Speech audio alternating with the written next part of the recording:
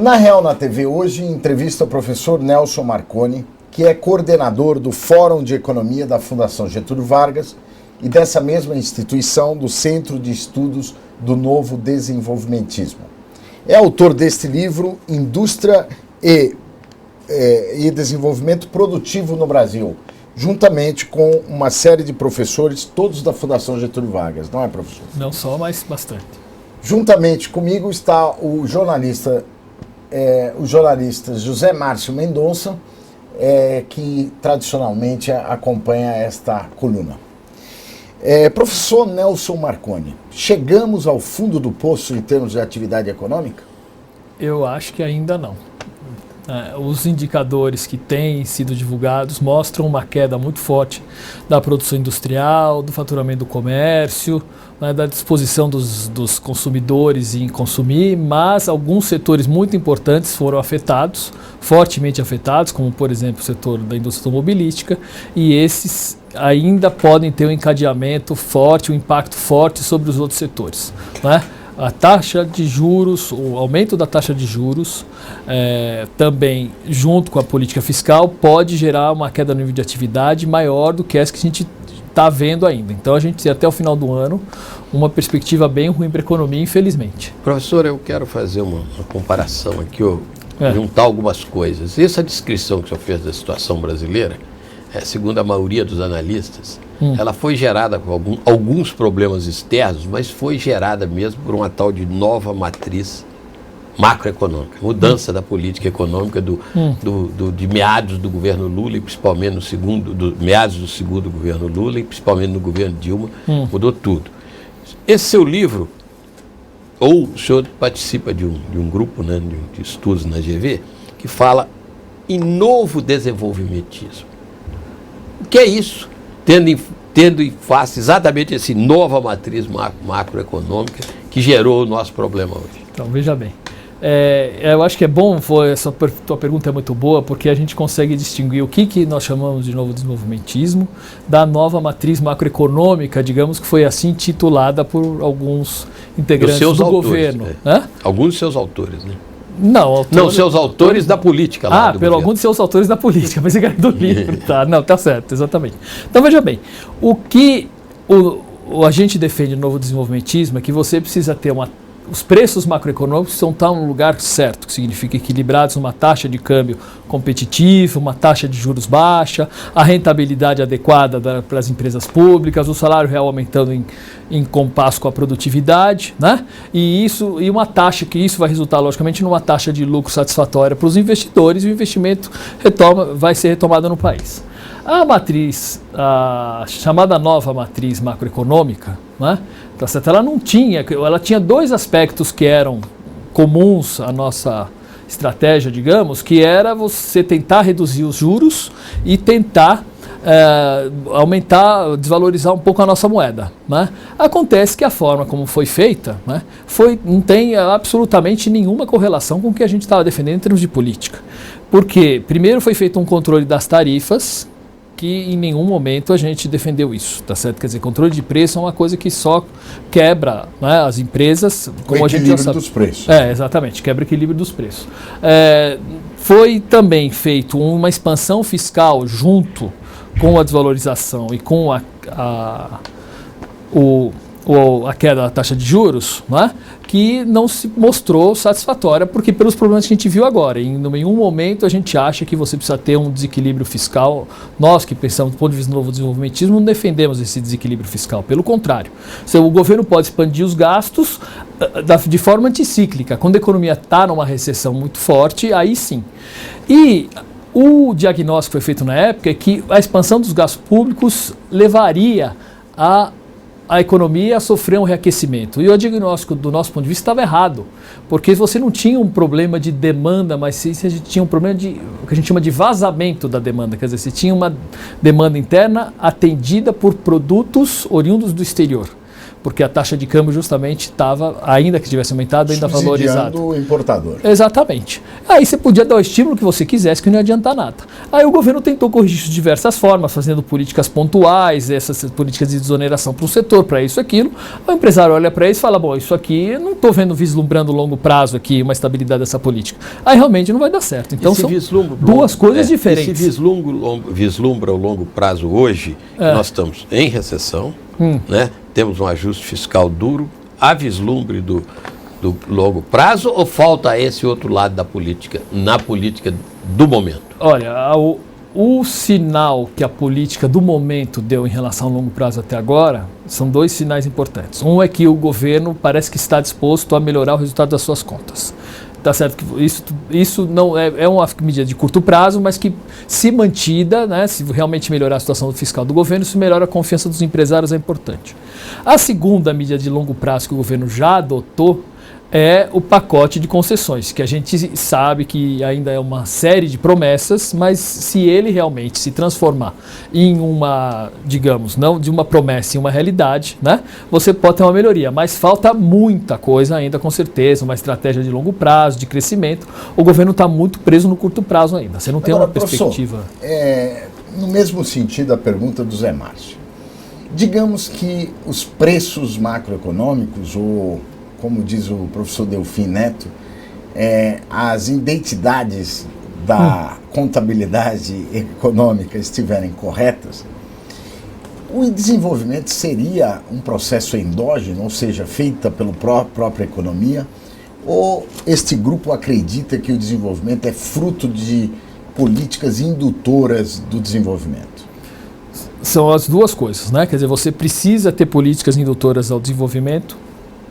Então, do ponto de vista da política macroeconômica, complementado por políticas setoriais, mas é complementado, nunca como principal, né? Isso ajuda muito o processo de desenvolvimento de uma economia. A hora que você entra numa dinâmica de crescimento, aí ela se torna endógena mesmo. Endógena no sentido de que o próprio investimento vai se recuperando e isso leva a uma melhoria do nível de atividade, né? E aí isso continua puxando investimento e a economia começa a crescer. Agora você precisa ter duas coisas, precisa ter a política macroeconômica acertada, redondinha, da forma como a gente estava falando. Ok, eu estou tomando isso como um pressuposto. Sim, certo. Agora, o caso chinês não desmoraliza um pouco isso, porque a China é exatamente o oposto. O processo não é endógeno, é 100% induzido.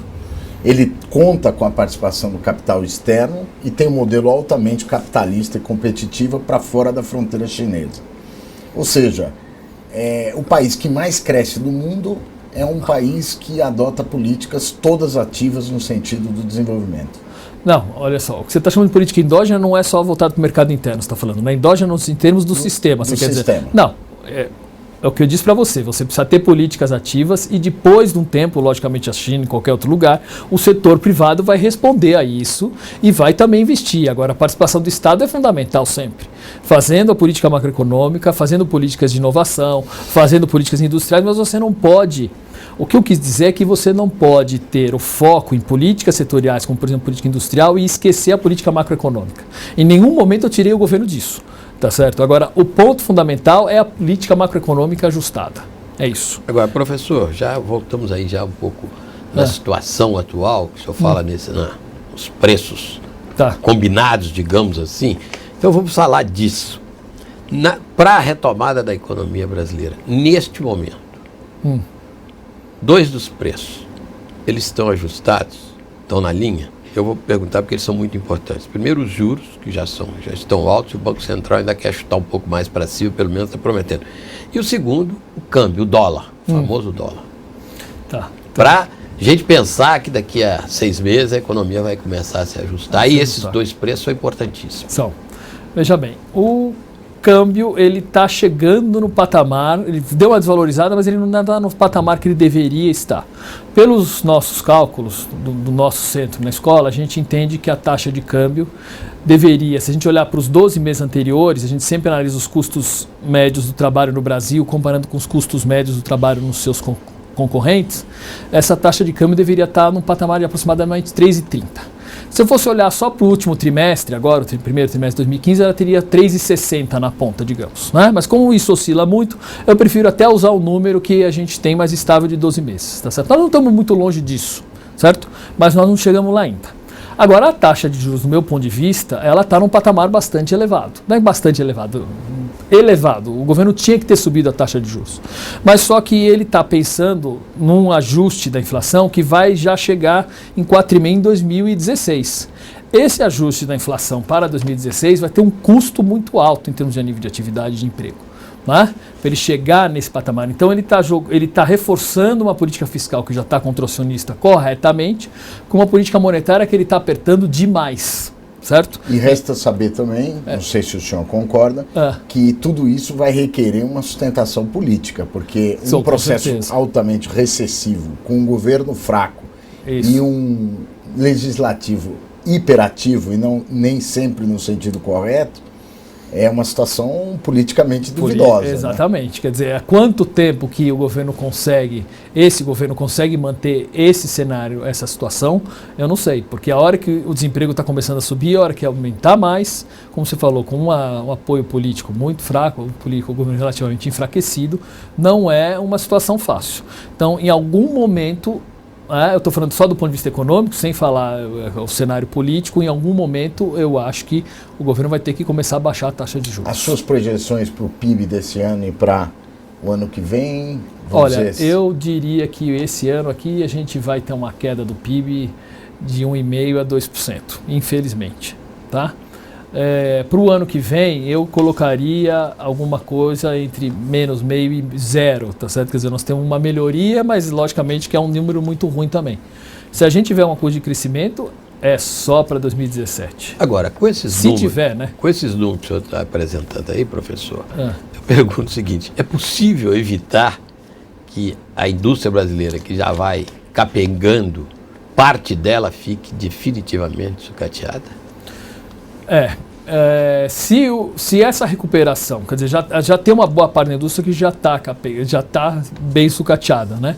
Se o governo fizer a política correta, eu acho que existe tempo e prazo para que a indústria se recupere, porque assim como ela conseguiu surgir, eu acho que ela consegue se recuperar, mas tem alguns setores que já perderam em termos de competitividade. O que eu quero dizer é, se o governo faz uma política acertada e depois nos próximos os 2 últimos anos de governo ou um pouco mais para frente a indústria começa a se recuperar, alguns setores vão ficar realmente mais prejudicados. Outros têm condições de se recuperar plenamente.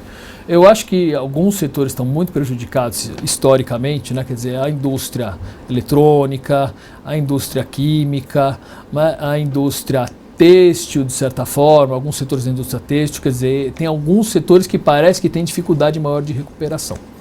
Tá? Professor, o senhor não acha que nós podemos chegar numa situação a partir de 2017, conforme a projeção do mercado, e me parece que a sua também, num cenário de mexicanização, que é um cenário de equilíbrio macroeconômico? A economia mexicana é relativamente aberta porque ela está dentro do NAFTA, as pessoas esqueceram a balbúrdia que se fez em relação ao NAFTA como um fator de crescimento para o México, e o país não cresce há muito tempo, ou seja, cresce muito aquém daquilo que seria necessário para o país sair da fronteira do subdesenvolvimento para um razoável desenvolvimento. Você não acha que o Brasil caminha para isso? Porque é um país que está perdendo tecnologia, está perdendo a indústria, é um país relativamente deseducado, e pode encontrar um equilíbrio que nos sirva muito para o desenvolvimento. O que o senhor acha disso? Existe esse risco. Eu gosto de ser otimista e tentar não, né, vamos dizer, mas não contar com essa possibilidade, mas esse risco existe. Porque o que aconteceu no México é que depois do processo de abertura deles, né, eles fizeram uma política restritiva muito forte no sentido de reduzir os custos salariais deles. E isso é uma coisa que parece que está começando a se desenhar no Brasil também. Né? Se não tiver a desvalorização do câmbio, por exemplo, a indústria vai, se alguém sobreviver, os setores sobreviverem, é porque você vai ter uma redução muito grande do custo dos salários. E aí você vai ficar com uma economia muito parecida com a do México, certo? Então, se a gente realmente não fizer esse ajuste fiscal, ele por si só, ele não é autossuficiente para gerar o crescimento. Ele tem que ter uma série de coisas complementares. O importante dele é conseguir fazer esse ajuste dos preços que a gente está falando no começo, colocar o câmbio no lugar, recuperar as tarifas, não só as empresas também, as tarifas dos serviços públicos, controlar os salários no mesmo patamar que a produtividade, mas você não pode provocar uma recessão por si só e ainda por cima vamos dizer, uma queda do salário real brutal, porque senão você vai cair numa situação do México. Se você não mexer no câmbio e não acertar as coisas, a gente vai cair no México. Agora, professor, isto é a base. Eu pergunto o seguinte, para gerar o novo desenvolvimentismo, um novo desenvolvimento, o que mais fazer para não ficar patinando? Porque eu tenho ouvido algumas pessoas que acham que 2017, 2018 a gente ainda vai ficar aí no 1% de crescimento, que é absolutamente incompatível com um país que quer se desenvolver. O que é preciso fazer? O que deve o governo começar a fazer imediatamente, junto com o ajuste fiscal, do ajuste do câmbio, isso tudo mais? Bom, ele precisa mudar um pouco a institucionalidade do mercado financeiro. Tá certo? Eu vou falar um pouco de macroeconomia, depois eu falo do resto, tá? Ele precisa mudar a institucionalidade do mercado financeiro. O que significa? Ele precisa tirar um peso tão forte que a Selic hoje tem como instrumento de financiamento da dívida e também do overnight, certo? Então mudar esse mecanismo de financiamento dentro do mercado financeiro para possibilitar a queda da taxa de juros, certo? Ele precisa, além disso, fazer uma reforma estrutural do setor público, que aí não é só como nós estamos fazendo o ajuste, corta a despesa daqui e dali, mas reformar o setor público que ele seja mais eficiente, certo? Eu estou falando que ele precisa fazer, não sei se é o que ele vai conseguir.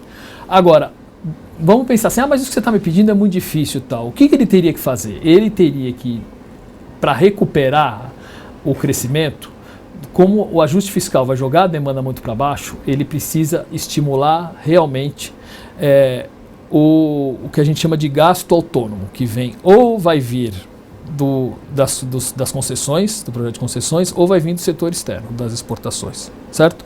Do ponto de vista microeconômico, ele pode investir em inovação, ou não ele investir diretamente, mas estimular a inovação, ele pode estimular a elevação da escolaridade da população, todos esses são eventos importantes. Mas se a gente não tiver o gasto na economia, quer dizer, o estímulo à demanda, o empresário não vai investir. Então, de alguma forma, ele precisa criar estímulos à demanda. Os estímulos à demanda vão vir da queda da taxa de juros, da desvalorização do câmbio, né, do programa de concessões públicas, certo? De forma subsidiária, ele pode fazer políticas para incentivar um setor ou outro, mas num cenário de recessão, ninguém vai investir se não tiver alguém vislumbrando uma saída disso. Professor, dentro dessa conjuntura, voltando um pouco para a conjuntura, como é que o senhor vê o cenário laboral? Quer dizer, nós vamos ter um aumento do desemprego este ano que vem, nesse cenário recessivo, vamos dizer assim, a ponto de gerar uma certa conflagração social, ou nós vamos manter níveis de emprego relativamente comportados? Olha, eu acho que nós vamos ter um aumento ainda significativo do desemprego esse ano. Eu acho que a gente lembra, né, que na época da campanha a presidente falou que ela ia preservar os empregos, né? Então, em boa parte, ela está tentando se distinguir justamente, né, nesse sentido da preservação do emprego. Eu acho que eu cheguei a conversar com vocês aqui, que eu falei que essa equação não fechava, porque tinha que cair o emprego para ter o ajuste, né, e agora o emprego efetivamente está caindo. Quando ele cair, aí eu acho que você vai ter uma pressão social muito forte. Né? O tamanho dessa pressão social eu não consigo mensurar, mas ela é razoável, porque o Brasil hoje está uma panela de pressão que a gente não viu em outros tempos. Ou seja, não será um cenário tranquilo como foi nos últimos 4 anos o mercado laboral? Não, eu acho que não. Eu acho que o risco do governo ter uma pressão muito grande por mudar essa política é significativo se você tiver um custo social dessa magnitude. Então, eu acho que uma estratégia mais inteligente seria, ao invés de ele tentar atingir a meta no ano que vem, jogar esse alcance Você diz a meta de inflação. A meta de inflação. Isso para 2017, que seja os 4,5%, mas ele não tem uma pressão social tão forte. Porque se a pressão vier forte, pode ser que ele seja politicamente pressionado a mudar a estratégia dele no meio do caminho. E aí isso pode ser muito ruim. Tá certo? Ele tem que fazer uma estratégia parecida com o que foi feita no governo anterior, na gestão anterior, né? Tá certo? No período anterior da presidente, aí isso seria muito ruim. Então, para evitar essa pressão social, eles deviam jogar essa meta mais para frente. Eles não estão olhando para isso. A questão, em parte, para governos e população é de confiança. Sim. Há um partido no poder que não quer sair do poder. Sim. Como resolver essa equação? Exatamente. Qual dos partidos está no poder, professor? Desculpe.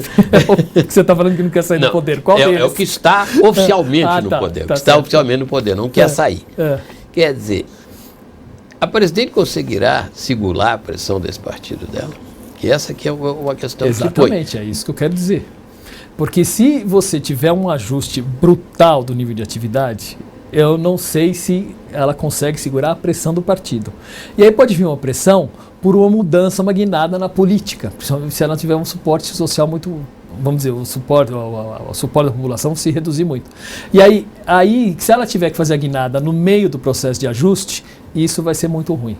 Então, eu concordo com você, né? Ela pode ter uma pressão, inclusive, do próprio partido para mudar essa política, certo? Eu acho que o Banco Central, ele devia levar isso em consideração, né? E ver, olha, a política fiscal já está bastante apertada, vamos tirar o pé do acelerador da taxa de juros. Por que o Banco Central não tira o pé do acelerador? É porque ele também está precisando restabelecer a confiança dele, já que lá atrás ele teria vacilado do outro lado. Ou seja, o déficit de credibilidade está sendo conseguido com um superávit de juros. Isso, é mais ou menos isso, exatamente. Que eu acho que é significativo. A gente estava conversando um pouco sobre isso, quer dizer, o déficit nominal esse ano vai ser elevadíssimo por causa da conta de juros, quer dizer, a dívida pública vai aumentar. Se o principal indicador de solvência do país é a dívida pública, tá certo? Você está fazendo um ajuste do lado primário e gastando fazendo uma despesa muito maior do lado dos juros.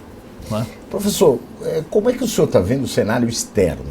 Quer dizer, nós temos uma economia mundial, sobretudo a norte-americana, que parece que está calmando e entrando num crescimento sustentável. Quer dizer, o consumo subiu, a taxa de investimento nos Estados Unidos vem subindo de maneira sistemática e vai começar a nova rodada do aumento dos juros dos Estados Unidos. E a Europa está lá imbricada em recessão, com as questões internas, Grécia e outras questões geopolíticas, inclusive, com o problema da Rússia.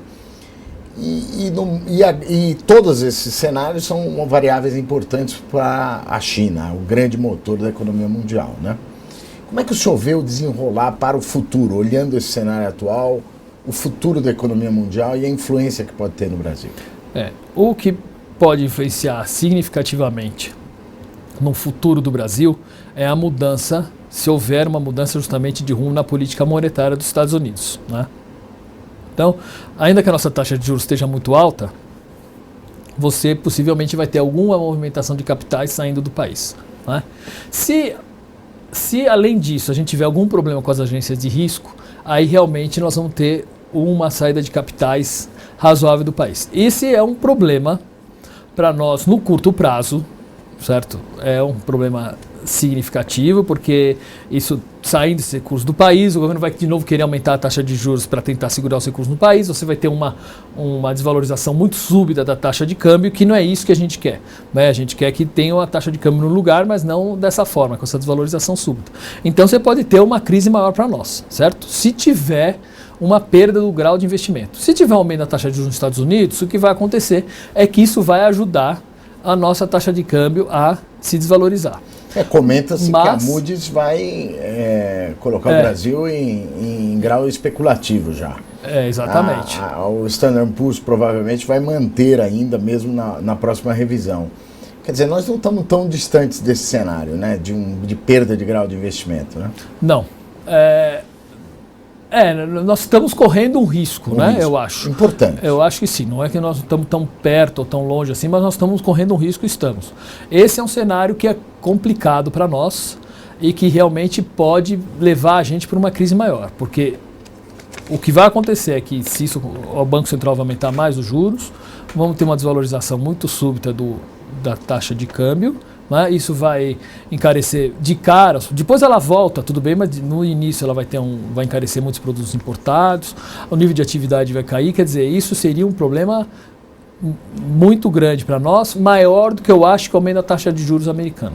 Porque a taxa de juros americana vai provocar uma movimentação de capital, é lógico, mas não é uma corrida de manada, digamos, como seria como foi no passado. E nem como seria a perda do grau de investimento, que eu acho que é uma coisa mais complicada. Agora, olhando assim os setores macros da economia brasileira, vamos ficar de novo nesses próximos meses aí, ou até anos, pendurados apenas na atividade primária, principalmente na agricultura? Ou um pouco em minérios também. É o que a gente está querendo mostrar no livro, que não dá para a gente ficar dependendo só desses setores. Eles são setores importantes para a economia brasileira, ninguém está desmerecendo o papel deles, né? Do setor primário, do setor de serviços, né? Tem um setor de serviços muito importante que vem junto com a indústria, mas o carro-chefe do crescimento de uma economia é sempre a manufatura, a gente fala em indústria de transformação. Mesmo nas economias mais modernas, os serviços modernos, eles estão associados ao crescimento da indústria.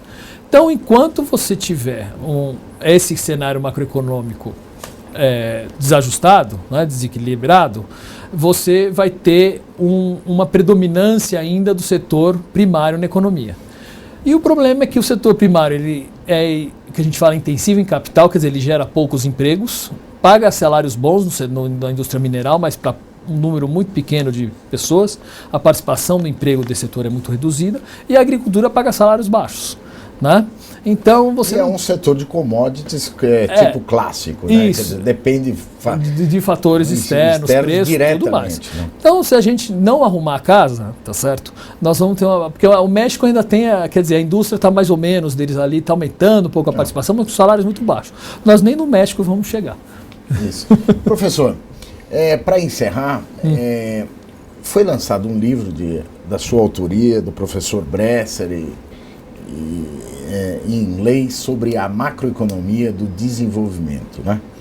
Eu gostaria que o senhor falasse um pouco sobre o conteúdo desse livro e o que há de novo em termos de macroeconomia com este olhar do desenvolvimentismo, digamos assim. Tá. O livro foi escrito pelo professor Bresser, por mim e pelo professor José Luiz Oreiro também. A gente tentou nesse livro colocar a teoria macroeconômica de uma forma diferente, porque não só nós fizemos isso, logicamente, mas a gente está olhando a teoria macroeconômica de uma perspectiva de que ela é importante para gerar desenvolvimento. Então nós não estamos preocupados assim só com curto prazo, com o que você faz com a relação entre inflação e emprego. Não, a gente quer que a política macroeconômica possibilite justamente essa mudança na estrutura produtiva, na direção do que a gente chama de sofisticação produtiva. Né? E aí a gente coloca algumas coisas que são muito importantes, que eu comecei a entrevista falando com vocês. O câmbio no lugar, os juros no lugar, os salários no lugar, as tarifas públicas no lugar, a taxa de lucro no lugar. A taxa de lucro no lugar significa uma rentabilidade razoável para os empresários. Então toda política ela tem que resultar nisso. Né, uma taxa de lucro razoável em investimento, para ter aumento de produtividade e tudo mais. O mote do livro é este. E a gente escreve esse corpo teórico, digamos, todo em torno desse mote que eu descrevi para você. Obrigado. Eu que agradeço. Na Real na TV, hoje entrevistou o professor Nelson Marconi. Eu e o meu colega José Márcio Mendonça. Professor, muito obrigado. Obrigado a vocês.